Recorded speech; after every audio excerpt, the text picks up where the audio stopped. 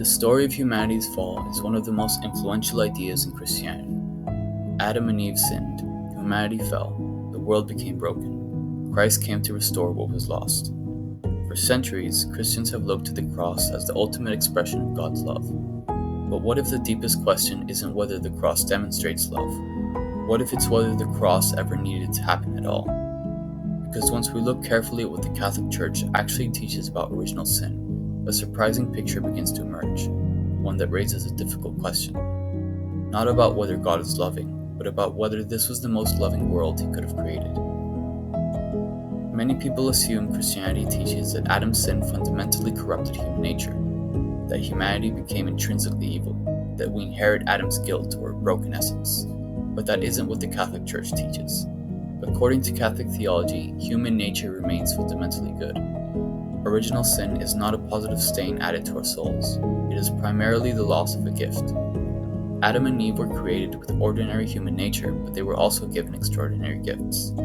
Sanctifying grace, perfect harmony with God, harmony within themselves, freedom from disordered desires, freedom from suffering and death. These were not part of human nature itself. They were gifts. And when Adam and Eve rebelled, they lost them. Their descendants were simply never born possessing them. That distinction changes everything, because the problem is no longer that humanity became something terrible. The problem is that God chose not to give later generations the same gift he had once freely given Adam and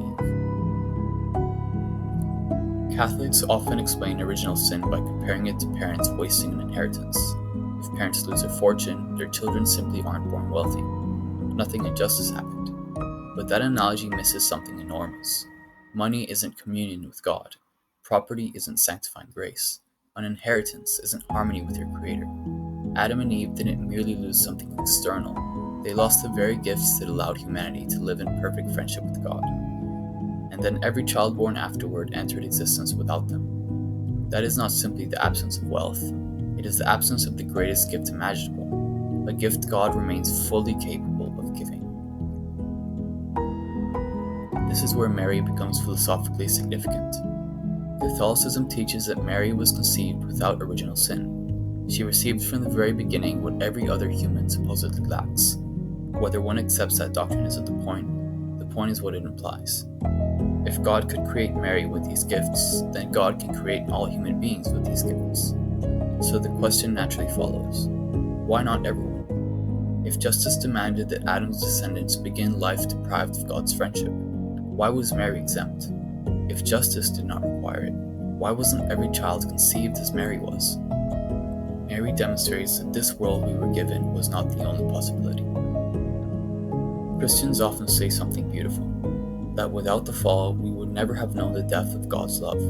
But notice what this actually means. The fall did not create God's love. The cross did not make God loving. It did not increase his goodness. It did not create mercy. It simply created the circumstances in which mercy could be displayed through redemption. If God is eternal, then his love existed before creation, before Adam, before sin, before suffering, before the cross. Love was already perfect. Mercy already existed. Goodness already existed. The cross did not improve God. It revealed one particular expression of qualities he already possessed. So imagine two worlds. In the first, every human being receives the same harmony with God that Adam and Eve possessed, the same friendship, the same grace, the same inner peace. Humanity grows in goodness without rebellion. There is no universal fall, no inherited deprivation, no centuries of disease, no wars, no children dying, no despair, no crucifixion. And now imagine the second world. Billions suffer. Human history becomes a catalog of violence, grief, injustice, disease, and death. God eventually enters history. He is rejected, humiliated, scourged, crucified. Christians say the second world is greater because it reveals God's mercy. But God's mercy already existed. His love already existed. The cross did not create those realities.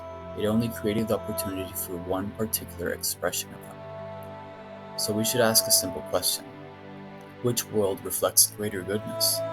The world that requires endless rescue, or the world that hardly needs rescuing at all?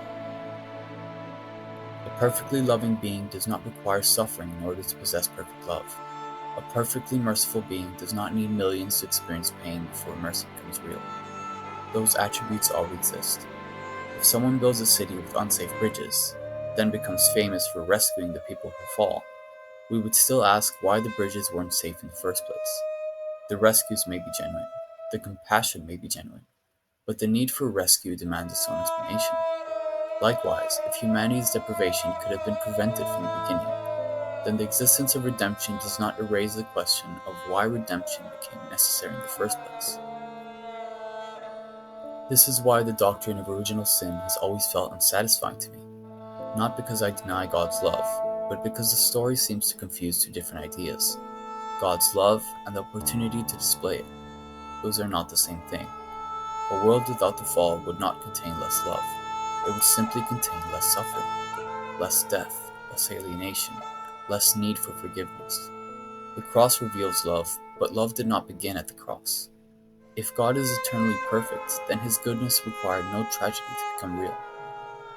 And if there truly was another possible world, a world in which every child began life in friendship with God, just as Adam, Eve, and according to Catholic doctrine, Mary did, then I cannot escape one final question. Why wasn't that the world we were given?